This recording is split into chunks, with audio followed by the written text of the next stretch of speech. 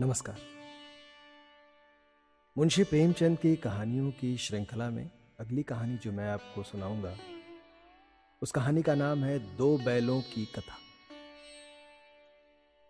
ये मानसरोवर के दूसरे भाग की कहानी है। तो आइए शुरू करते हैं। दो बैलों की कथा। जानवरों में गधा जो है सबसे ज्यादा बुद्धिमान समझा जाता है। हम जब किसी आदमी को पहले दर्जे का बेवकूफ कहना चाहते हैं तो उसे गधा कहते हैं। गधा सचमुच बेवकूफ है या उसके सीधेपन, उसकी निरापद सहिष्णुता ने उसे यह पदवी दे रखी है, इसका निश्चय नहीं किया जा सकता। गाय सींग मारती हैं। ब्याही हुई गाय तो अनायासा ही सिंघनी का रूप धारण कर लेती है। कुत्ता भी बहुत गरीब जानवर है, लेकिन कभी कभी उसे भी क्रोध आ जाता है। किंतु गधे को कभी क्रोध करते नहीं सुना, न देखा। जितना चाहो गरीब को मारो, चाहे जैसी खराब सड़ी हुई घास सामने डाल दो, उसके चेहरे पर कभी भी असंतोष की छाया नहीं दिखाई देगी। वैशाख में चाहे एक आध बार कुलेल कर लेता है, पर हमने तो उसे कभी खुश होते नहीं देखा। उसके चेहरे पर स्थायी विषाद स्थायी रूप से छाया रहता है। सुख दुख हानि लाभ किसी भी दशा में उसे बदलते नहीं देखा। ऋषियों मुनियों के जितने गुण हैं वे सभी उसमें पराकाष्ठा में पहुंच गए हैं, पर फिर भी आदमी उसे बेवकूफ कहता है। सद्गुणों का इतना अनादर। कदाचित सीधापन संसार के लिए उपयुक्त नहीं है। देखिए ना, भारतवासियों की अफ्रीका में क्या दुर्दशा हो रही है। क्यों अमेरिका में उन्हें घुसने नहीं दिया जाता। बेचारे शराब नहीं पीते, 4 पैसे कुछ समय के लिए बचाकर रखते हैं, जी तोड़कर काम करते हैं, किसी से लड़ाई झगड़ा नहीं करते, 4 बातें सुनकर गम खा जाते हैं, फिर भी बदनाम है। कहा जाता है वे जीवन के आदर्श को नीचा करते हैं। अगर वे ईंट का जवाब पत्थर से देना सीख जाते तो शायद सभ्य कहलाने लगते। जापान की मिसाल सामने है। एक ही विजय ने उसे संसार की सभ्य जातियों में गण्य बना दिया। लेकिन गधे का एक छोटा भाई और भी है, जो उससे कम ही गधा है, और वो है बैल। जिस अर्थ में हम गधा का प्रयोग करते हैं ना, कुछ उसी से मिलते जुलते अर्थ में बचिया के ताऊ का भी प्रयोग करते हैं। कुछ लोग बैल को शायद बेवकूफी में सर्वश्रेष्ठ कहेंगे, मगर हमारा विचार ऐसा नहीं है। बैल कभी कभी मारता भी है, कभी कभी अड़ियल बैल भी देखने में आता है, और भी कई रीतियों से अपना असंतोष प्रकट कर देता है। अतएव उसका स्थान गधे से नीचा है। तो बात यूं है कि झूरी के पास 2 बैल थे, हीरा और मोती। देखने में सुंदर, काम में चौकस, डील में ऊंचे। बहुत दिनों साथ रहते रहते दोनों में भाईचारा हो गया था।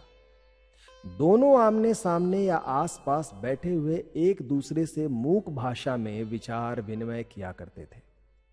एक दूसरे के मन की बात को कैसे समझा जाता है हम कह नहीं सकते। अवश्य ही उनमें कोई ऐसी गुप्त शक्ति थी जिससे जीवों में श्रेष्ठता का दावा करने वाला मनुष्य वंचित है। दोनों एक दूसरे को चाटकर, सूंघकर अपना प्रेम प्रकट करते। कभी कभी दोनों सींग भी मिला लिया करते थे। विग्रह के नाते से नहीं, केवल विनोद के भाव से, आत्मीयता के भाव से। जैसे दोनों में घनिष्ठता होते ही धौल धप्पा होने लगता है। इसके बिना दोस्ती कुछ फुसफुसी, कुछ हल्की सी रहती है, फिर ज्यादा विश्वास नहीं किया जा सकता। जिस वक्त ये दोनों बैल हल या गाड़ी में जोत दिए जाते और गर्दन हिला हिलाकर चलते, उस समय हरेक की चेष्टा होती कि ज्यादा से ज्यादा बोझ मेरी ही गर्दन पर रहे। दिन भर के बाद दोपहर या संध्या को दोनों खुलते तो एक दूसरे को चाट चूट कर अपनी थकान मिटा लिया करते। नाद में खाली भूसा पड़ जाने के बाद दोनों साथ उठते, साथ नाद में मुंह डालते और साथ ही बैठते थे। एक मुंह हटा लेता तो दूसरा भी हटा लेता था। संयोग की बात, झूरी ने एक बार गोई को ससुराल भेज दिया। बैलों को क्या मालूम वे कहां भेजे जा रहे हैं। समझे मालिक ने हमें बेच दिया। अपना यों बेचा जाना उन्हें बिल्कुल अच्छा न लगा। कौन जाने पर झूरी के साले गया को घर तक गोई ले जाने में दांतों पसीना आ गया। पीछे से हाँकता तो दोनों दाएं बाएं भागते, पगहिया पकड़कर आगे से खींचता तो दोनों पीछे की ओर जोर लगाते, मारता तो दोनों सींग नीची करके हुंकारते। अगर ईश्वर ने उन्हें वाणी दी होती तो झूरी से पूछते, तुम हम गरीबों को क्यों निकाल रहे हो? हमने तो तुम्हारी सेवा करने में कोई कसर नहीं उठा रखी। अगर इतनी मेहनत से काम न चलता था और काम ले लेते, हमें तो तुम्हारी चक्री में मर जाना कबूल था। हमने कभी दाने चारे की शिकायत नहीं की।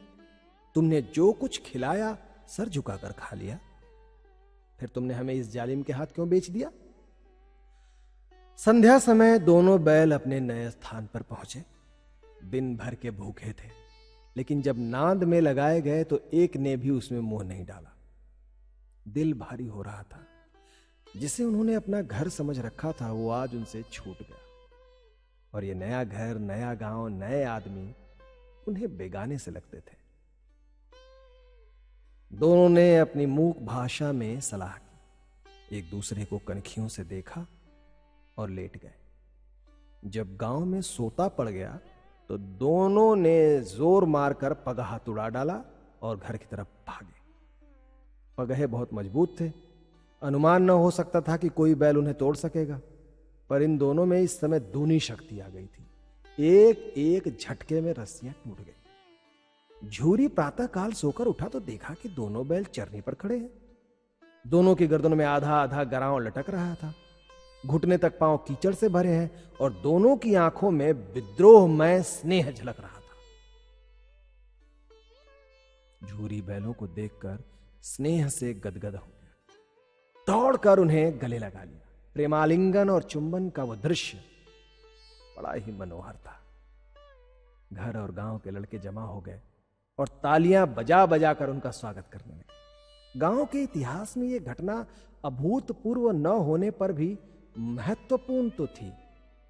बाल सभा ने निश्चय किया दोनों पशुवीरों का अभिनंदन किया जाए।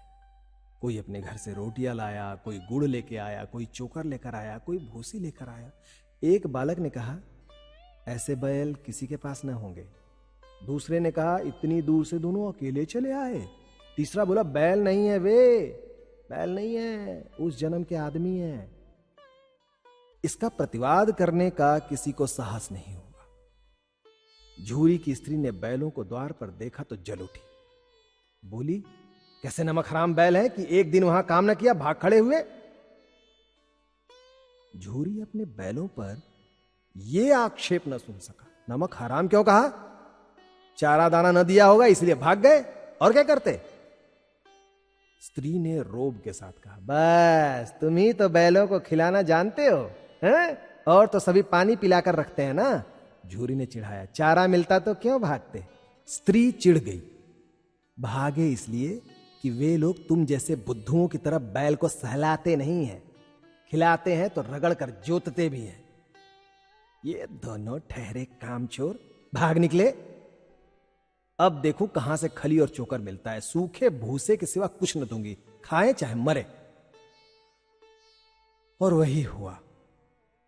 मजूर को बड़ी ताकीद की गई कि बैलों को खाली सूखा भूसा दिया जाए।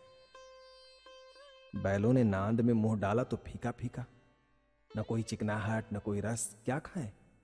आशा भरी आंखों से द्वार की ओर ताकने लगे। झूरी ने मजूर से कहा, थोड़ी सी खली क्यों नहीं डाल देता बे? अरे मालिक मालकिन मुझे मार डालेंगी। भाई तो चुरा कर लेके आ, डाल दे ना। दादा, पीछे से तुम भी उन्हीं की हां में हां मिलाते हो। दूसरे दिन झूरी का साला फिर आया और बैलों को ले चला। अब की उसने दोनों को गाड़ी में जोत दिया। 2-4 बार मोती ने गाड़ी को खाई में गिराना चाहा, पर हीरा ने संभाल लिया। वो ज्यादा सहनशील था। संध्या समय घर पहुंचकर उसने दोनों को मोटी रस्सियों से बांधा और कल की शरारत का मजा चखाया। फिर वही सूखा भूसा डाल दिया और अपने दोनों बैलों को खली चुनी सब कुछ दी। दोनों बैलों का ऐसा अपमान कभी ना हुआ था। झूरी ने तो इन्हें फूल की छड़ी से भी नहीं छुआ था। उसकी टिटकार पर दोनों उड़ने लगते थे, और यहां मार पड़ी। आहत सम्मान की व्यथा तो थी ही, उस पर मिला सूखा भूसा। नांद की तरफ आंखें तक न उठाई। दूसरे दिन गया ने बैल को हल में जोता, पर इन दोनों ने जैसे पांव न उठाने की कसम खा ली थी। वो मारते मारते थक गया, पर दोनों ने पांव न उठाया। और एक बार जब निर्दयी ने हीरा की नाक पर खूब डंडे जमाए तो मोती को बहुत गुस्सा आया। हल लेकर भागा। हल, रस्सी, जुआ, जोत सब टूट टाट कर बराबर हो गया। गले में बड़ी बड़ी रस्सियां न होती तो दोनों पकड़ में भी ना आते। हीरा ने मूक भाषा में कहा, भागना व्यर्थ है। मोती ने उत्तर दिया, तुम्हारी तो इसने जान ही ले ली थी, अब की बड़ी मार पड़ेगी। पड़ने दो, बैल का जन्म लिया है तो मार से कहां तक बचेंगे। गया दो आदमियों के साथ दौड़ा आ रहा था। दोनों के हाथों में लाठियां हैं। मोती बोला, कहो तो दिखा दूं मजा। लाठी लेकर आ रहा है। हीरा ने समझाया, नहीं भाई, खड़े हो जाओ, मुझे मारेगा तो मैं एक दो को गिरा दूंगा। नहीं नहीं, हमारी जाति का यह धर्म नहीं होता है। मोती दिल में ऐंठ कर रह गया। गया आ पहुंचा और दोनों को पकड़ कर ले चला। कुशल हुई कि उसने इस वक्त मारपीट ना की, नहीं तो मोती पलट पड़ता। उसके तेवर देख गया और उसके सहायक समझ गए कि इस वक्त टाल जाना ही भलबनसाहत है। और फिर आज दोनों के सामने फिर वही सूखा भूसा। दोनों चुपचाप खड़े रहे। घर में लोग भोजन करने लगे। उस वक्त छोटी सी लड़की 2 रोटियां लिए निकली और दोनों के मुंह में देकर चली गई। उस एक रोटी से इनकी भूख तो क्या शांत होती, पर दोनों के हृदय को मानो भोजन मिल गया। यहां भी किसी सज्जन का वास है। लड़की भैरव की थी। उसकी मां मर चुकी थी। सौतेली मां उसे मारती रहती थी, इसलिए इन बैलों से एक प्रकार की आत्मीयता हो गई थी उसे। दोनों दिन भर जाते, डंडे खाते, अड़ते, और शाम को थान पर बांध दिए जाते, और रात को वही बालिका उन्हें 2 रोटियां खिला जाती। प्रेम के इस प्रसाद की ये बरकत थी कि 2-2 गाल सूखा भूसा खाकर भी दोनों दुर्बल न होते थे। मगर दोनों की आंखों में रोम रोम में विद्रोह भरा हुआ था। अब हुआ यूं कि एक दिन मोती ने मूक भाषा में कहा, अब तो नहीं सहा जाता हीरा, क्या करना चाहते हो? एक आध को सींग पर उठाकर फेंक दूंगा, लेकिन जानते हो वो प्यारी लड़की जो हमें रोटियां खिलाती है उसी की लड़की है जो इस घर का मालिक है। वो बेचारी अनाथ हो जाएगी, तो कहो तो मालकिन को फेंक दूं, वही तो इस लड़की को मारती है। नहीं नहीं नहीं, औरत जात पर सींग चलाना मना है, ये भूल जाते हो। तुम तो किसी तरह निकलने ही नहीं देते यार। बताओ, तुड़ाकर भाग चले? हाँ, ये मैं स्वीकार करता, लेकिन इतनी मोटी रस्सी टूटेगी कैसे? इसका एक उपाय है, पहले रस्सी को थोड़ा चबा लो, फिर एक झटके से टूट जाएगी। रात को जब बालिका रोटियां खिलाने के लिए गई तो दोनों रस्सियां चबाने लगे। मोटी रस्सी थी, मुंह में ना आती थी। बेचारे बार बार जोर लगाकर रह जाते थे। सहसा घर का द्वार खुला और वो लड़की निकली। दोनों उसका हाथ चाटने लगे। दोनों की पूंछें खड़ी हो गई। उस लड़की ने उनके माथे पर हाथ सहलाया और बोली, खोल देती हूं, चुपके से भाग जाओ, नहीं तो ये लोग मार डालेंगे। आज घर में सलाह हो रही थी कि इनकी नाकों में नथ डाल दी जाए। उसने गराव खोल दिया, पर दोनों चुप खड़े रहे। मोती ने अपनी भाषा में पूछा, अब चलते क्यों नहीं?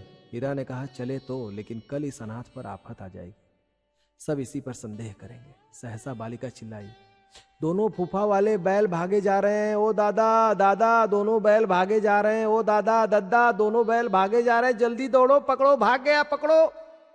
गया हड़बड़ाकर भीतर से निकला और बैलों को पकड़ने चला। वे दोनों भागे। गया ने पीछा किया और भी तेज हो गए। गया ने शोर मचाया और जोर से भागे। फिर गांव के कुछ आदमियों को भी साथ लेने के लिए दौड़ा। दोनों मित्रों को भागने का मौका मिल गया, सीधे दौड़ते चले गए। यहां तक कि मार्ग का ज्ञान भी न रहा। जिस परिचित मार्ग से आए थे उसका यहां पता न था। नए नए गांव मिलने लगे। तब दोनों एक खेत के किनारे खड़े होकर सोचने लगे, अबे अब क्या करें, कहां फंस गए। हीरा ने कहा, मुझे मालूम होता है राह भूल गए यार। तुम भी यार बेतहाशा भागते हो, हैं? वहीं उसे मार के गिरा देना चाहिए था। अरे यार, उसे मार के गिराते तो दुनिया क्या कहती, वो अपना धर्म छोड़ दे, लेकिन हम अपना धर्म क्यों छोड़े। दोनों भूख से व्याकुल हो रहे थे। खेत में मटर खड़ी थी, चरने लगे, रह रह कर आहट लेते रहते थे, कोई आता तो नहीं है। जब पेट भर गया, दोनों ने आजादी का अनुभव किया तो मस्त होकर उछलने कूदने लगे। पहले दोनों ने डकार ली, फिर सींग मिलाए और एक दूसरे को ठेकने लगे। मोती ने हीरा को कई कदम पीछे हटा दिया, यहां तक कि वो खाई में गिर गया। तब उसे भी क्रोध आ गया, संभल कर उठा और मोती से भिड़ गया। मोती ने देखा कि खेल में झगड़ा हुआ चाहता है तो किनारे हट गया। अरे ये क्या, कोई सांड दौकत चला आ रहा है। हाँ, सांड ही है। वो सामने आ पहुंचा। दोनों मित्र बगले झांक रहे थे। सांड पूरा हाथी की तरह था। उससे भिड़ना जान से हाथ धोने जैसा लग रहा था, लेकिन न भिड़ने पर भी जान बचती नजर नहीं आती थी। इन्हीं की तरफ आ भी रहा है। कितना भयंकर सूरत है यार।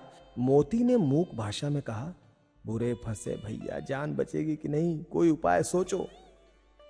हीरा ने चिंतित स्वर में कहा, अपने घमंड में फूला हुआ है? आरजू विनती न सुनेगा ये तो भाग क्यों न चले। भागना कायरता है तो फिर यहीं मरो। बंदा तो 9 2 11 होता है, और जो दौड़ाए तो फिर कोई उपाय सोच लेंगे जल्दी से। उपाय यह है कि उस पर दोनों जने एक साथ चोट करें। मैं आगे से रगेदता हूं, तुम पीछे से रगेदो। दोहरी मार पड़ेगी तो भाग खड़ा होगा। मेरी ओर झपटे, तुम बगल से उसके पेट में सींग घुसेड़ देना। जान जोखिम है पर दूसरा उपाय नहीं है। दोनों मित्र जान हथेली पर लेकर लपके। सांड को भी संगठित शत्रुओं से लड़ने का तजुर्बा न था। वो तो एक शत्रु से मल्ल युद्ध करने का आदी था। ज्यों ही हीरा पर झपटा, मोती ने पीछे से दौड़ाया। सांड उसकी तरफ मुड़ा तो हीरा ने रगेदा। सांड चाहता था कि एक एक करके दोनों को गिरा ले, पर ये दोनों भी उस्ताद थे, उसे वो अवसर न देते थे। एक बार सांड झल्लाकर हीरा का अंत कर देने के लिए चला कि मोती ने बगल से आकर उसके पेट में सींग भोग दिया। सांड क्रोध में आकर पीछे फिरा तो हीरा ने दूसरे पहलू में सींग चुभो दिया। आखिर बेचारा जख्मी होकर भागा और दोनों मित्र ने दूर तक उसका पीछा किया, यहां तक कि सांड बेदम होकर गिर पड़ा। तब दोनों ने उसे छोड़ा। दोनों मित्र जीत के नशे में झूमते चले जा रहे थे। मोती ने सांकेतिक भाषा में कहा, मेरा जी चाहता था कि बच्चा को मार ही डालूं। हीरा ने तिरस्कार किया, गिरे हुए बैरी पर सींग न चलाना चाहिए, जानते नहीं हो क्या? अरे ये सब ढोंग है। बैरी को तो ऐसा मारना चाहिए कि फिर ना उठे। खैर, अब घर कैसे पहुंचेंगे ये सोचो। अरे पहले कुछ खा लें तो सोचे ना। सामने मटर का खेत था, मोती उसमें घुस गया। हीरा मना करता रहा पर उसने एक न सुनी। अभी 2 ही 4 ग्रास खाए थे कि आदमी लाठियां लिए दौड़ पड़े और दोनों मित्रों को घेर लिया। हीरा तो मेड़ पर था, निकल गया। मोती सींचे हुए खेत में था, उसके खुर कीचड़ में धंसने लगे, न भाग सका। पकड़ लिया। हीरा ने देखा संगी संकट में है तो लौट पड़ा। फंसेंगे तो दोनों फंसेंगे। रखवालों ने उसे भी पकड़ लिया। प्रातःकाल दोनों मित्र कांजी हाउस में बंद कर दिए गए। दोनों मित्रों को जीवन में पहली बार ऐसा सबक पड़ा था कि सारा दिन बीत गया और खाने को एक तिनका भी न मिला। समझ में ना आता था ये कैसा स्वामी है। इससे तो गया फिर भी अच्छा था। यहां कई भैंसें थीं, कई बकरियां, कई घोड़े, कई गधे, पर किसी के सामने चारा न था। सब जमीन पर मुर्दों की तरह पड़े थे। कई तो इतने कमजोर हो गए थे कि खड़े भी न हो सकते थे। सारा दिन मित्र फाटक की ओर टकटकी लगाए रहते, पर कोई चारा लेकर नहीं आता। तब दोनों ने दीवार की नमकीन मिट्टी चाटनी शुरू की, पर इससे क्या तृप्ति होती। रात को भी जब कुछ भोजन न मिला तो हीरा के दिल में विद्रोह की ज्वाला दहक उठी। मोती से बोला, दोस्त अब नहीं रहा जाता मुझसे। मोती ने सिर लटका कर जवाब दिया, मुझे तो मालूम होता है कि प्राण ही निकल जाएंगे यार। दोनों ने कहा, चलो दीवार तोड़ डालें। मुझसे तो अब कुछ नहीं होगा। बस इसी बुत पर अकड़ते थे, सारी अकड़ निकल गई। बाड़े की दीवार कच्ची थी, हीरा मजबूत तो था ही। उसने नुकीली सींग दीवार में गड़ा दिया और जोर मारा तो मिट्टी का चिपड़ा निकल आया। फिर तो उसका साहस बढ़ा। उसने दौड़ दौड़ कर दीवार पर चोटें की और हर चोट में थोड़ी थोड़ी मिट्टी गिराने लगा। उसी समय कांजी हौस का चौकीदार लालटेन लेकर जानवरों की हाजिरी लेने आ निकला। हीरा का उदंडपन देखकर उसे कई डंडे रसीद कर दिए। और मोटी सी रस्सी से बांध दिया। मोती ने पड़े पड़े कहा, आखिर मार खाई, क्या मिला बोलो? हीरा ने कहा, अपने बूते पर जोर तो मार दिया। मोती ने कहा, ऐसा जोर मारना किस काम का कि बंधन में और फंस गए? देखो, जोर तो मारता ही जाऊंगा, चाहे कितने ही बंधन क्यों ना पड़ जाए, और जान से हाथ धोना पड़ेगा तो कुछ परवाह नहीं है, यूं भी तो मरना ही है। सोचो, दीवार खुद जाती तो कितने जाने बच जाती। इतने भाई यहां बंद है, किसी के देह में जान नहीं है, 2-4 दिन यहां और टिके तो मर ही जाएंगे। हाँ यार, ये बात तो है, चल मैं भी जोर लगाता हूं। मोती ने भी दीवार में सींग मारा, थोड़ी सी मिट्टी गिरी और फिर हिम्मत बढ़ी। फिर तो वो दीवार में सींग लगाकर इस तरह जोर लगाने लगे मानो किसी प्रतिद्वंद से लड़ाई लड़ रहे हो। आखिर कोई 2 घंटे की जोर आजमाइश के बाद दीवार ऊपर से लगभग 1 हाथ गिर गई। उसने दूनी शक्ति से जब दूसरा धक्का मारा तो आधी दीवार गिर पड़ी। दीवार का गिरना था कि अधमरे से पड़े हुए सभी जानवर चेत उठे। तीनों घोड़ियां सरपट भाग निकली, फिर बकरियां निकली, इसके बाद भैंस भी खसक गई, पर गधे अभी तक ज्यों के त्यों खड़े थे। हीरा ने पूछा, क्यों भैया, तुम दोनों को भागना नहीं आता है क्या? एक गधे ने कहा, जो फिर कहीं पकड़ लिए गए तो? अरे तो क्या हरज है, अभी तो भागने का अवसर है ना, तो भागो। नहीं नहीं, हमें तो डर लगता है, हम यहीं पड़े रहेंगे। अरे आधी रात से ऊपर जा चुकी है। दोनों गधे अभी तक खड़े सोच रहे थे कि भागें या न भागें। मोती अपने मित्र की रस्सी तोड़ने में लगा हुआ था। जब वो हार गया तो हीरा ने कहा, तुम जाओ, मुझे यहीं पड़े रहने दो, शायद कहीं भेंट हो जाए। मोती ने आंखों में आंसू लाकर कहा, तुम मुझे इतना स्वार्थी समझते हो? हीरा, हम और तुम इतने दिनों एक साथ रहे हैं, आज तुम विपत्ति में हो तो मैं तुम्हें छोड़कर अलग हो जाऊं? हीरा ने कहा, बहुत मार पड़ेगी, लोग समझ जाएंगे ये तुम्हारी शरारत है। मोती ने गर्व से बोला, जिस अपराध के लिए तुम्हारे गले में बंधना पड़े उसके लिए अगर मुझे मार पड़े तो क्या चिंता? इतना तो हो ही गया ना कि 9-10 प्राणियों की जान बच गई, वे सब तो आशीर्वाद देंगे। ये कहते हुए मोती ने दोनों गंधों को सींग मार मार के बाड़े से बाहर निकाला और तब अपने बंधु के पास आकर सो रहा। भोर होते ही मुंशी और चौकीदार तथा अन्य कर्मचारियों में कैसी खलबली मची, इसके लिखने की जरूरत तो है नहीं। इतना ही काफी है कि मोती की खूब मरम्मत हुई और उसे भी मोटी रस्सी से बांध दिया गया। 1 सप्ताह तक दोनों मित्र वहां बंधे पड़े रहे, किसी ने चारे का एक तृण भी न डाला। हाँ, एक बार पानी दिखा दिया जाता था, यही उनका आधार था। दोनों इतने दुर्बल हो गए कि उठा तक नहीं जाता था। ठठरियां निकल आई थी। एक दिन बाड़े के सामने डुग्गी बजने लगी और दोपहर होते होते वहां 50-60 आदमी जमा हो गए। तब दोनों मित्र निकाले गए और लोग आकर उनकी सूरत देखते और मन फीका करके चले जाते। ऐसे मृतक बैलों का कौन खरीदार होता? सहसा एक दढ़ियल आदमी जिसकी आंखें लाल थी और मुद्रा अत्यंत कठोर आया और दोनों मित्र के कूल्हों में उंगली गोद कर मुंशी जी से बातें करने लगा। चेहरा देखकर अंतर्ज्ञान से दोनों मित्रों का दिल कांप उठा। वो क्यों टटोल रहा है?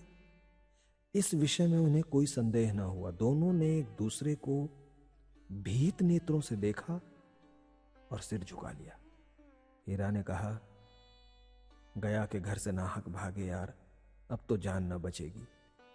मोती ने अश्रद्धा के भाव से उत्तर दिया, कहते हैं भगवान सबके ऊपर दया करते हैं, उन्हें हमारे ऊपर दया क्यों नहीं आती? भगवान के लिए हमारा जीना मरना दोनों बराबर है। चलो अच्छा ही है, कुछ दिन उसके पास तो रहेंगे। एक बार उस भगवान ने उस लड़की के रूप में हमें बचाया था, क्या अब न बचाएंगे? ये आदमी छुरी चलाएगा, देखते हैं। तो क्या चिंता है, मांस, खाल, सींग, हड्डी सब किसी के काम आ जाएगी। नीलाम हो जाने के बाद दोनों मित्र उस दढ़ियल के साथ चले। दोनों की बोटी बोटी कांप रही थी। बेचारे पांव तक न उठा सकते थे, पर भय के मारे गिरते पड़ते भागे जाते थे, क्योंकि वो जरा भी चाल धीमी हो जाने पर डंडा जमा देता था। राह में गाय बैलों का एक रेवड़ हरे भरे हार में चरता नजर आया। सभी जानवर प्रसन्न थे, चिकने चपल, कोई उछलता था, कोई आनंद से बैठा पागुर करता था। कितना सुखी जीवन था, पर कितने स्वार्थी हैं सब। किसी को चिंता नहीं कि उनके 2 भाई बधिक के हाथ पड़े कैसे दुखी हैं। सहसा दोनों को ऐसा मालूम हुआ कि परिचित रहा है। हां, इसी रास्ते से गया उन्हें ले गया था। वही खेत, वही बाग, वही गांव मिलने लगे। प्रतिक्षण उनकी चाल तेज होने लगी। सारी थकान, सारी दुर्बलता गायब होने लगी। ये लो, अपना ही हार आ गया। इसी कुएं पर तो हम पूरी चलाने आया करते थे, यही कुआं है। मोती ने कहा, लगता है हमारा घर नजदीक आ गया है। हीरा बोला, भगवान की दया है, मैं तो अब घर भागता हूं। ये जाने देगा? अरे मैं इसे मार के गिरा दूंगा।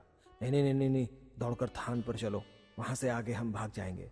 दोनों उन्मत्त होकर बछड़ों के भांति कुलेले करते हुए घर की ओर दौड़े। वो हमारा थान है। दोनों दौड़कर अपने थान पर आए और खड़े हो गए। दड़ियल भी पीछे पीछे दौड़ा चला आया। झूरी द्वार पर बैठा धूप खा रहा था। बैलों को देखते ही दौड़ा और उन्हें बारी बारी से गले लगाने लगा। मित्रों की आंखों से आनंद के आंसू बहने लगे। एक झूरी का हाथ चाट रहा था, दूसरा उसे सहला रहा था। दड़ियल ने जाकर बैलों की रस्सियां पकड़ ली। झूरी ने कहा, अरे ये मेरे बैल हैं। तुम्हारे बैल कैसे हैं? मैं मवेशी खाने से नीलाम लिए आता हूं। मैं तो समझता हूं चुराए लिए जाते हो। चुपके से चले जाओ, मेरे बैल हैं, मैं बेचूंगा तो बिकेंगे। किसी को मेरे बैल नीलाम करने का क्या अख्तियार है? जाकर थाने में रपट कर दूंगा। मेरे बैल हैं, इसका सबूत यह है कि मेरे द्वार पर खड़े हैं। दड़ियल झल्ला कर बैलों को जबरदस्ती पकड़ ले जाने के लिए बढ़ा। उसी वक्त मोती ने सींग चलाया। दड़ियल पीछे हटा। मोती ने पीछा किया। दड़ियल भागा। मोती पीछे दौड़ा। गांव के बाहर निकल जाने पर वो रुका, पर खड़ा दड़ियल का रास्ता वो देख रहा था। दड़ियल दूर खड़ा धमकियां दे रहा था, गालियां निकाल रहा था, पत्थर फेंक रहा था, और मोती विजयी शूर की भांति उसका रास्ता रोके खड़ा था। और गांव के लोग ये तमाशा देखते और हंसते थे। जब दड़ियल हार कर चला गया तो मोती अकड़ता हुआ लौटा। हीरा ने कहा, यार मैं तो डर गया था कि तुम कहीं गुस्से में आकर उसे मार न डालो। अब ना आएगा, आएगा तो दूर से ही खबर लूंगा, देखूं कैसे ले जाता है। जो गोली मरवा दे मर जाऊंगा, पर उसके काम ना आऊंगा। हमारी जान को कोई जान ही नहीं समझता, इसलिए कि हम इतने सीधे हैं। जरा देर में नादों में खली, भूसा, चोकर और दाना भर दिया गया और दोनों मित्र खाने लगे। झूरी खड़ा दोनों को सहला रहा था, वो उनसे लिपट गया। झूरी की पत्नी भी भीतर से दौड़ी दौड़ी आई। उसने आकर दोनों बैलों के माथे चूम लिए।